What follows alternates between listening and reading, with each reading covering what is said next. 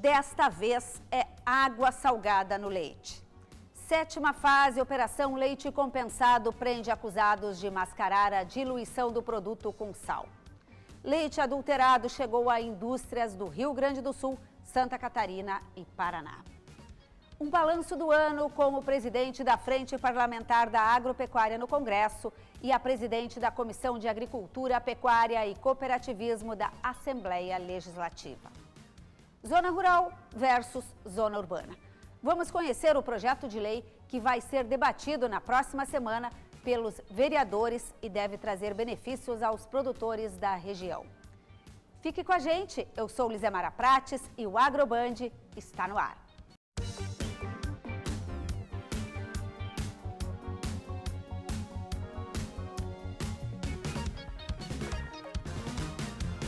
A adulteração do leite não tem fim. Na 7ª etapa da Operação Leite Compensado, realizada esta semana, mais pessoas foram presas. Desde maio de 2013, o Ministério Público desarticula esquemas que alteram o produto para gerar lucro. Nas 6 primeiras edições, a operação prendeu 20 pessoas e denunciou 43 pelo crime de adulteração de produto alimentício. Nossa equipe viajou para o norte do estado, onde aconteceu a ação. Mais um ano termina com o fantasma da adulteração do leite no estado. Veja na reportagem de Tiziano Kessler e Fábio Valente. Na unidade de uma cooperativa de Erechim, no Norte Gaúcho, 2 diretores foram presos. A fraude para aumentar o volume de leite envolvia a adição de água e sal no alimento. Produtores rurais e transportadores são acusados de fazer a mistura antes que o leite seja repassado para a indústria. Este caminhoneiro, que também teve a prisão decretada pela Justiça, negou o envolvimento com o esquema. Eu não estou entendendo. Os fiscais do Ministério da Agricultura identificaram adulteração em 62 amostras de leite. Segundo a investigação, de cada 100 litros que saíam dos postos de refrigeração, 10 eram água. Em algumas situações, o leite recebia a adição de água na propriedade rural. O que eles diziam é que o leite era temperado. A adição de água, uma proporção de 10%, e também de sal para mascarar essa adição. 17 pessoas foram presas na 7ª edição da Operação Leite Compensado, que desde o ano passado desarticula esquemas de adulteração do leite no Rio Grande do Sul. As ações foram realizadas em 6 cidades do interior gaúcho. Além de Erechim, os mandados de prisão e de busca e apreensão foram cumpridos em Maximiliano de Almeida, Gaurama, Viadutos, Machadinho e Jacutinga, onde uma empresa de distribuição foi interditada. Porque esse crime, ao nosso entender, compensa. Esse crime ele tem um retorno financeiro muito grande, não há uma legislação adequada, atualizada, não há fiscalização em número suficiente para fechar, para monitorar todos os pontos que trabalham com leite. O leite batizado com água e sal era enviado para indústrias de toda a região sul do Brasil. No Rio Grande do Sul, era encaminhado para empresas como Nestlé, BRF, Cotal e Laticínios IP. Em Santa Catarina, a matéria-prima era destinada às indústrias Aurora e Gerlach. E no Paraná, para Laticínios ME. Segundo o Ministério Público, há indícios de que a matéria-prima adulterada foi usada pelas indústrias. E isso é uma obrigação das indústrias, de que esse produto não chegue ao mercado com alguma inconformidade. Então, justamente nesse momento, o Ministério da Agricultura verificará, a partir dos laudos, que foram os vários laudos em que houve detecção de irregularidades, o que cada indústria, de que forma ela procedeu em relação a esse produto que nós sabemos chegou com problema. Os presos na operação são acusados de adulteração de produtos alimentícios e associação para o crime. As empresas envolvidas nesta etapa da operação garantiram que exercem um rigoroso controle sobre o produto.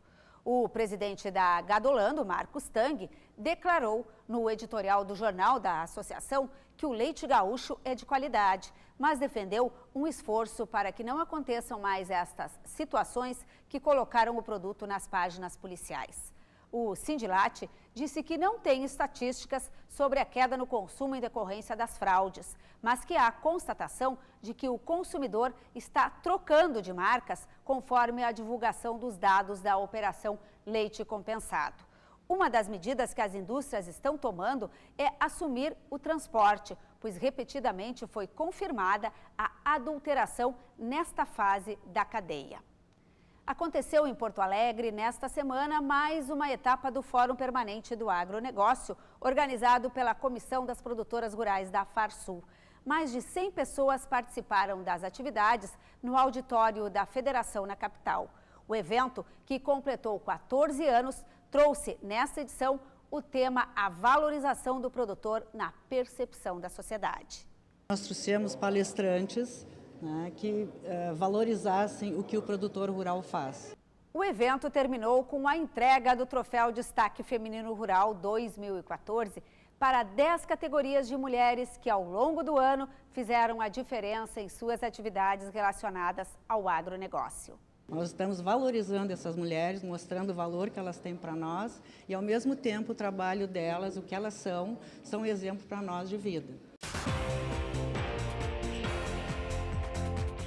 Quem também participou do fórum foi o presidente da Frente Parlamentar da Agropecuária, deputado federal Luiz Carlos Reis, com quem a gente conversa agora, e também com a deputada estadual Maria Helena Sartori, presidente da Comissão de Agricultura, Pecuária e Cooperativismo da Assembleia Legislativa. Ela que recebeu o Destaque Feminino Rural 2014 neste evento. Bom dia, eu vou começar com a deputada, então, futura primeira-dama do Rio Grande do Sul. Nós vamos fazer um balanço da sua atuação na Comissão de Agricultura e já lhe cumprimentar também, claro, pelo troféu que a senhora recebeu. Bom dia. Bom dia a todos, bom dia deputado, bom dia Elisamar.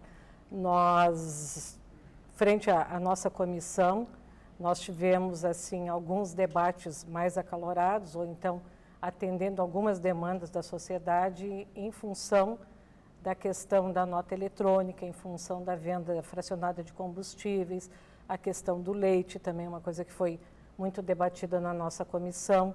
Nós tivemos também uma preocupação e uma demanda convidamos técnicos da assessoria de todas as bancadas que participam na Assembleia para fazer uma análise e uma compatibilização do Código Florestal Nacional com o estadual, porque tem algumas questões que elas não se contradizem, mas enfim, do que a gente possa realmente aprimorar, adequar.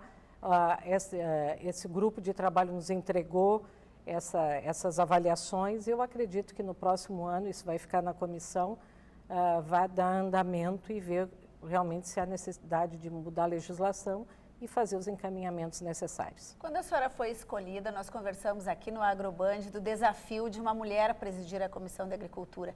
Um ano depois, como é que foi esse desafio? Olha, eu acho que a gente superou, eu acho que foi um ano assim, na verdade assim, o diferencial é uma primeira vez uma mulher, mas o trabalho tanto nessa comissão como em outras comissões ele é o mesmo, eu já presidi por 2 vezes a Comissão de Finanças e Orçamento, quer dizer, os desafios são do momento e das situações que se apresentam, né? Eu acho que nós abrimos bastante espaço, tanto para os sindicatos, para a FETAG, para a Farsul, enfim, para que todos pudessem participar da comissão, levar suas demandas, né? Mostrar as necessidades de cada setor e fazer o debate que cabia à Assembleia fazer sobre as situações que se apresentavam. Deputado Luiz Carlos Reis, o senhor está há bastante tempo na frente. Vai passar agora, em fevereiro, o cargo para um deputado mineiro, Marcos Montes. Mas, no seu balanço, que pontos o senhor destaca que exigiram mais trabalho agora em 2014? Bom dia. 13 e 14 nós fechamos, o que a Maria Helena, cumprimentando a Maria Helena, a questão do Código Florestal. Né? Aquilo nos consumiu muito tempo e agora já existe o Cadastro Ambiental Rural. Além disso, Lisemar, a questão indígena. Essa PEC 215, essa legislação, as portarias do Ministério, um trabalho muito ideológico que nós enfrentamos, a questão indígena e quilombola. Nós não vamos conseguir resolver neste mandato, né, desse ano. Já fica um trabalho para o ano que vem. Esse é um trabalho extremamente preocupante. para o Rio Grande do Sul e para outros estados da federação. Vários estados têm esse problema. Então, nós vamos deixar para o Marcos, o nosso grupo mesmo vai resolver esse assunto o ano que vem. Então, nós estamos com o futuro presidente da Câmara, de que forma nós vamos trabalhar essa questão e pressionar o governo, porque é uma questão ideológica e não podemos deixar esse assunto, as milhares de famílias que vivem esse assunto hoje, né, na pressão que eles estão sofrendo. Grande parte são pequenos produtores que não têm condições nem de alimentar uma ação judicial para defender a sua propriedade. Então, o que nós queremos? Direito e propriedade. Então, esse é um dos temas. A questão dos defensivos também, emplacamento dos tratores, que nós trabalhamos bastante, perdemos a semana passada, nós queríamos derrubar o veto da presidente, não conseguimos. Vamos trabalhar para a semana que vem para tentar incluir numa medida provisória, ver se a gente resolve esse impasse da questão do emplacamento, que é um absurdo. É mais um tributo para os produtores brasileiros pagarem. Qualquer estado, pequeno ou médio, ele tem que pagar, digamos, o IPVA, a não ser que ele vá negociar com os estados. Então, é um abacaxi para os produtores que nós tentamos resolver esse ano, não conseguimos, fica para o ano que vem. A questão do trabalhista também, é um outro problema que nós enfrentamos, trabalho escravo, a questão da NR31, é alguns dos temas que a gente conseguiu trabalhar esse ano lá. Deputado, o que fica para 2015? Pelo cômputo de parlamentares, a bancada cresce, passa para 250, hoje tem 214. Vai ter mais força a chamada bancada ruralista no Congresso? Nós temos cresce a nossa bancada no Senado, né, entra o Caiado lá, sai a Cátia, talvez saia, porque hoje... A senhora está apostando nela como nova ministra da Agricultura? Ela já foi convidada pela presidente, agora se não for é outro problema, não sou eu até fiz campanha contra a Dilma, né? Apoiava o Aécio, podia falar melhor se fosse com o Aécio, não sendo ele, é outra história, é questão deles escolher. Mas eu sei que ela já foi convidada, conversamos com a Cátia, tenho certeza que poderá ser uma grande ministra, muito capaz, a Cátia, eu estou junto com ela há 16 anos lá em Brasília, trabalhamos juntos em inúmeras questões e tenho certeza que ela será, digamos, uma grande ministra e acabar sendo o nome dela, né, o escolhido. E com relação essas demandas, nós vamos trabalhar junto e a frente sempre ajudou. Qualquer ministro, Mendes Ribeiro foi ministro, a frente estava junto com ele. Toninho Andrade, Neri Guerra, qualquer ministro dos que estão lá, nós sempre trabalhamos juntos, né? Independente ali, nós temos gente da base do governo, gente da oposição. Então, eu não estou muito preocupado, Lizemara, com o crescimento da bancada, 30, 40 deputados a mais. O que me interessa é a qualidade dos parlamentares, deputados e senadores, para defender os temas que o agro brasileiro está precisando. Deputada, a senhora em 2015 vai ser a primeira-dama do Rio Grande do Sul. O que a senhora leva para o Executivo, para o Palácio Piratini, de aprendizado dessa passagem pela Comissão de Agricultura, que a senhora acha que pode contribuir com o governador eleito José Ivo Sartori? Bem, eu acho que a gente sempre aprende em qualquer comissão que a gente participa, né? Mas acho que ouvir realmente é uma questão, o Sartori é muito disso, de ouvir, de dialogar, e isso é fundamental. Nós passamos por algumas situações, a venda fracionada de combustível, a questão da nota fiscal eletrônica, que faltou, na verdade, um diálogo maior, que se tivesse acontecido antes, talvez essas questões não tivessem sido polêmicas e não teriam criado situações.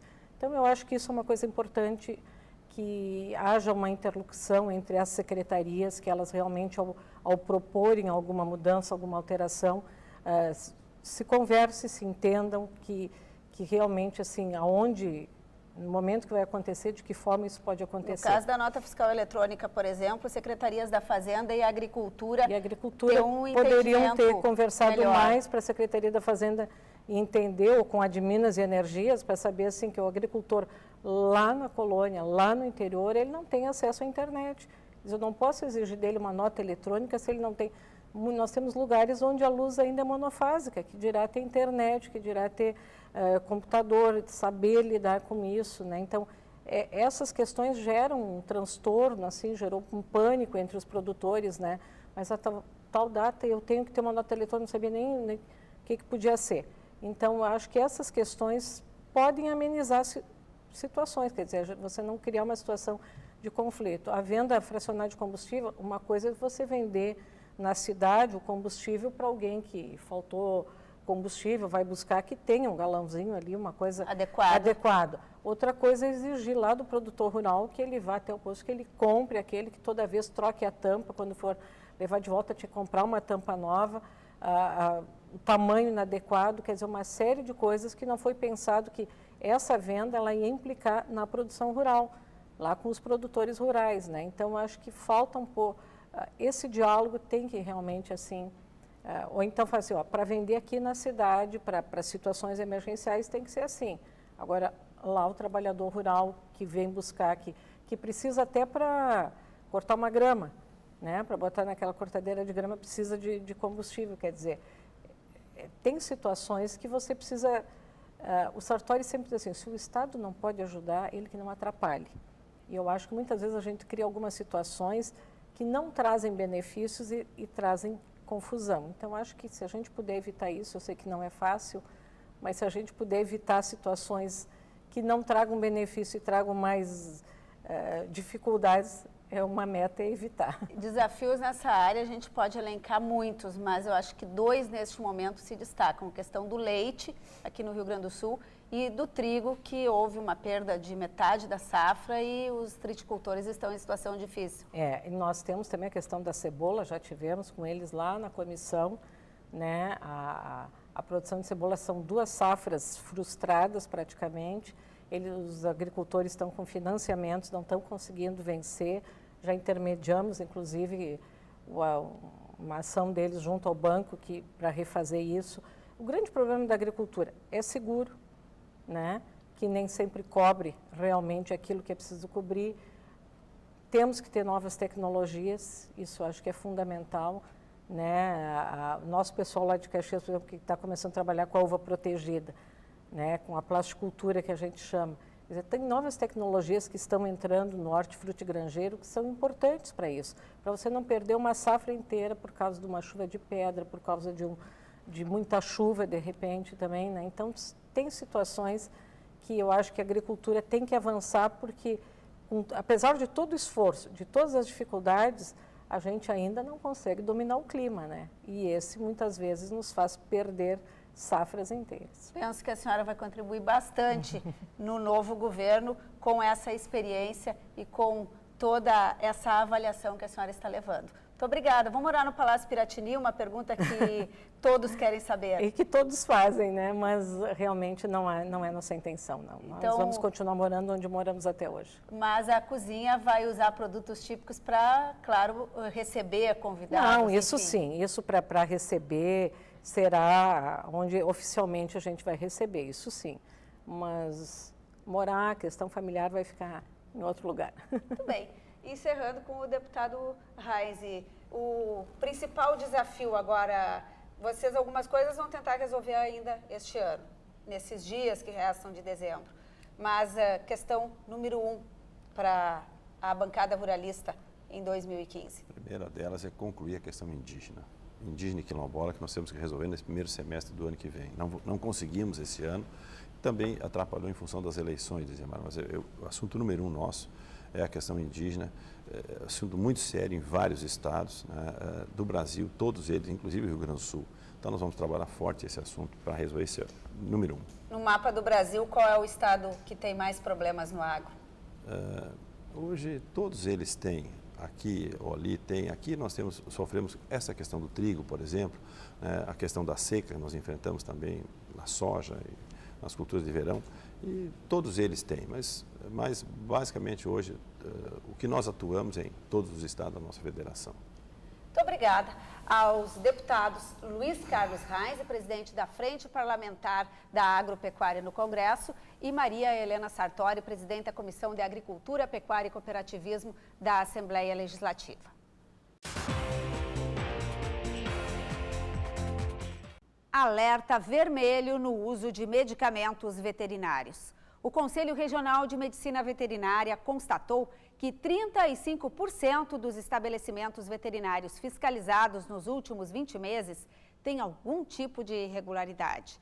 No período, foram fiscalizados 2.800 estabelecimentos.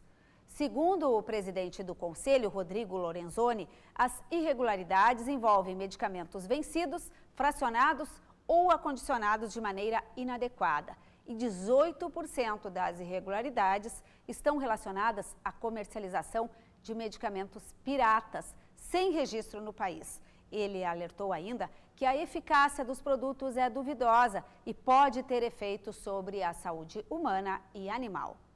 Depois do intervalo, o que muda com o projeto de lei sobre a zona rural da capital dos gaúchos. Já voltamos.